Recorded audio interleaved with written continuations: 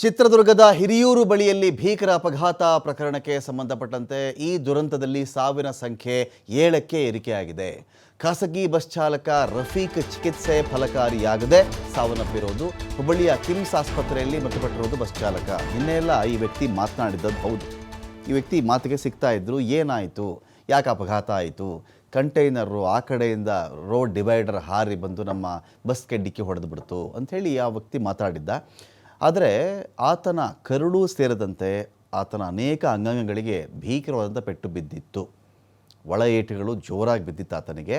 ಆನಂತರ ಆಪ್ರೇಷನ್ ಮಾಡಿದ್ದಾರೆ. ಆಪ್ರೇಷನ್ ಮಾಡಿದಾಗ ಆತನಿಗೆ 2 ಕಾಲು ಮುರಿದು ಹೋಗಿತ್ತು, ಒಂದು ಕೈ ಕೂಡ ಮುರ್ಕೊಂಡ್ಬಿಟ್ಟಿದ್ದ. ಕರುಳಿಗೆ ಬಲವಾಗಿ ಪೆಟ್ಟು ಬಿದ್ದಿತ್ತು. ದೇಹದ ಬೇರೆ ಬೇರೆ ಭಾಗಕ್ಕೆ ಜೋರಾಗಿ ಪೆಟ್ಟಾಗಿತ್ತು ಆತನಿಗೆ. ರಾತ್ರಿ 12 ಗಂಟೆ ವೇಳೆಗೆ ಆಪ್ರೇಷನ್ ಮಾಡಲೇಬೇಕಾಗಿ, ಕರುಳು ಡ್ಯಾಮೇಜ್ ಆಗಿಬಿಟ್ಟಿರುತ್ತಲ್ಲ, ಸೊ ಹಾಗಾಗಿ ಅದನ್ನು ಆಪ್ರೇಷನ್ ಮಾಡಲೇಬೇಕಾಗಿತ್ತು. ಮಾಡಿದ್ರೆ ಆ ನಂತರದಲ್ಲಿ ಚಿಕಿತ್ಸೆ ಫಲಕಾರಿಯಾಗದೆ ಬೆಳಗಿನ ಜಾವ ರಫೀಕ್ ಮೃತಪಟ್ಟಿರೋದು ಇವತ್ತು. ಇದೇ ರಫೀಕು ನಿಮಗೆ ಮೇಲ್ನೋಟಕ್ಕೆ ನೋಡಿದ್ರೆ ಏನೋ ಕೈಯ ಕಾಲು ಮುರಿದಿದೆ, ಸ್ವಲ್ಪ ದಿನ ಮೂಳೆಗೆಲ್ಲ ಕಟ್ಟು ಹಾಕಿದ್ರೆ ಸರಿ ಹೋಗುತ್ತೆ ಅಂತಲೇ ಎಲ್ಲರೂ ಅಂದ್ಕೊಂಡಿದ್ರು. ಕೈಕಾಲೆಲ್ಲ ಮುರಿದಿತ್ತು, ಆದರೆ ಕರುಳಿಗೆ ಪೆಟ್ಟಾಗಿದ್ದಿತ್ತಲ್ಲ, ಕರುಳು ಎಲ್ಲರೂ ಅದು ಅದಕ್ಕೊಂದು ಏಟು ಬಿದ್ದುಬಿಟ್ಟಾಗ ಅದನ್ನು ನೀವು ಆ ಡ್ಯಾಮೇಜನ್ನು ಸರಿ ಮಾಡೋದು ಬಹಳ ಕಷ್ಟ. ತುಂಬ ಮೀಟ್ರ್ಗಟ್ಟಲೆ ಇರುತ್ತೆ ಕರುಳು, ಅಗ್ರಿ. ಆದರೆ ಡ್ಯಾಮೇಜ್ ಪಾರ್ಟನ್ನು ಕರೆಕ್ಟಾಗಿ ರಿಮೂವ್ ಮಾಡಿ ಏನಾದರೂ ಮಾಡಿದರೆ ಅಥವಾ ಇಲ್ಲಿ ಯಾವ ಥರ ಟ್ರೀಟ್ಮೆಂಟ್ ಕೊಟ್ಟಿದ್ರೋ ಗೊತ್ತಿಲ್ಲ. ಈ ಇದರಲ್ಲಿ ನೋಡಿ ರಫೀಕು ಆ ಒಂದು ಚಿಕಿತ್ಸೆ ಫಲಕಾರಿಯಾಗದೆ ಸಾವನ್ನಪ್ಪಿರೋದು. ಇನ್ನೊಂದು ಕಡೆ ದುರಂತದಲ್ಲಿ ಮೃತಪಟ್ಟಂಥವರ ಮೃತದೇಹ ಇದೆಯಲ್ಲ, ಇದರ ಹಸ್ತಾಂತರ ಇನ್ನೊಂದು ಕಡೆ ವಿಳಂಬ ಆಗ್ತಾ ಇದೆ. ಅದೆಲ್ಲ ಗೊತ್ತಾಗಬೇಕಲ್ಲ, ಯಾರ ಮೃತದೇಹ ಯಾರ್ದು. ಏಕೆಂದರೆ ಅಕಸ್ಮಾತ್ ಕನ್ಫ್ಯೂಸ್ ಆಗಬಾರ್ದು, ಯಾರ್ದೋ ಮೃತದೇಹವನ್ನು ಇನ್ಯಾರಿಗೋ ಕೊಡೋದಾಗಬಾರ್ದು. ಪ್ರತಿಯೊಬ್ಬರಿಗೊಂದು ಆಚರಣೆ ಇರುತ್ತೆ, ಅಂತಿಮ ವಿಧಿವಿಧಾನ ಪ್ರತಿ ಮನೆಗೂ ವಿಭಿನ್ನವಾಗಿರುತ್ತೆ. ಅವರವರ ಸಂಬಂಧಿಕರಿಗೆ ಅವರವ್ರು ಸೇರಬೇಕು, ತಲುಪಿಸ್ಬೇಕು. ಪೊಲೀಸರ ಜವಾಬ್ದಾರಿ ಕೂಡ ಹೌದು.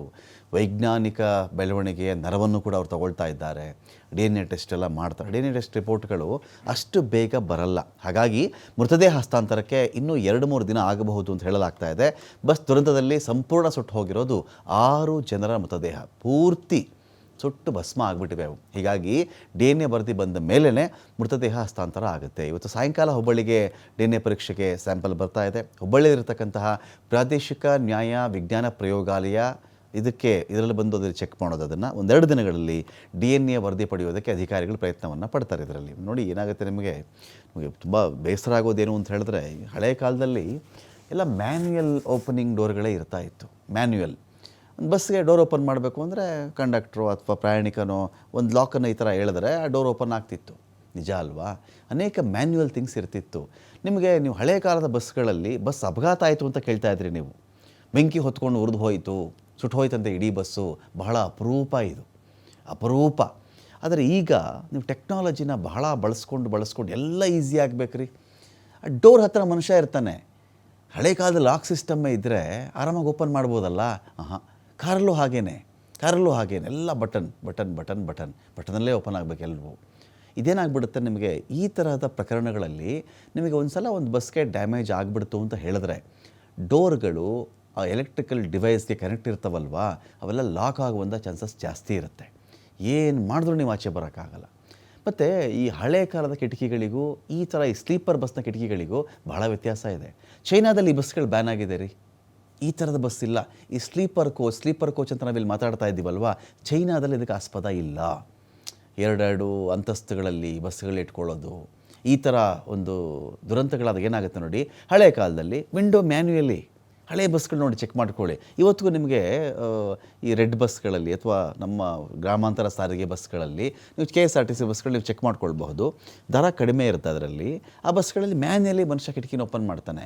ಬಟ್ ಈ ತರಹದ ಬಸ್ಸಲ್ಲಿ ಏನಾಗುತ್ತೆ, AC ಇರಬೇಕು, ACಯಲ್ಲೂ ಆಚೆ ಹೋಗ್ಬಿಡಬಾರ್ದು ಅಂಥೇಳಿ ಎಲ್ಲ ಪ್ಯಾಕ್ ಅದು.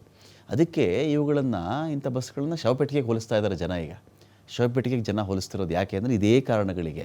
ಇಲ್ಲೇನಾಗ್ಬಿಡುತ್ತೆ, ನಿಮಗೆ ಒಮ್ಮೆ ಆ ಬಸ್ ಅಪಘಾತಕ್ಕೀಡಾಯಿತು ಅಂತ ಹೇಳಿದ್ರೆ ಡೋರ್ಗಳು ಆಟೋಮೆಟಿಕ್ಕಾಗಿ ಓಪನ್ ಆಗಲ್ಲ. ಆ ಡಿವೈಸ್ ಜಾಮ್ ಆಗಿಬಿಡುತ್ತೆ ಕೆಲವೊಮ್ಮೆ. 2 ಆಘಾತ. ಬಸ್ ಸಡನ್ನಾಗಿ ಅಪಘಾತಕ್ಕೊಳಗಾಗಿದ್ದು 1, ಬೆಂಕಿ 2ನೇದ್ದು, ಹೊಗೆ 3ನೇದ್ದು ಹೊಗೆ ಫಸ್ಟ್ ಆವರಿಸ್ಕೊಳ್ಳುತ್ತೆ, ಬೆಂಕಿ ವ್ಯಾಪಿಸ್ತಾ ಇರುತ್ತೆ. ಮನುಷ್ಯ ಆಚೆ ಹೋಗಬೇಕು ಅಂದರೆ ಆ ಒಂದು ಗ್ಲಾಸ್ ಡೋರ್ಗಳಿದೆಯಲ್ಲ, ಅದನ್ನು ಬ್ರೇಕ್ ಮಾಡುವ ಶಕ್ತಿ ಆತನಿಗಿರಲ್ಲ, ಅಥವಾ ಸಮಯನೂ ಇರಲ್ಲ ಅವನಿಗೆ. ಅನೇಕರಲ್ಲಿ ಹೇಳಿದ್ದಾರೆ ನಿಮಗೆ ಏನಂದರೆ 10 ನಿಮಿಷ ನಮಗೆ ಸಿಕ್ಕಿದ್ದು ಮನುಷ್ಯರನ್ನ ಉಳಿಸೋದಕ್ಕೆ, ಬದುಕಿಸೋದಕ್ಕೆ, ಬರೀ 10 ನಿಮಿಷ ಮಾತ್ರ.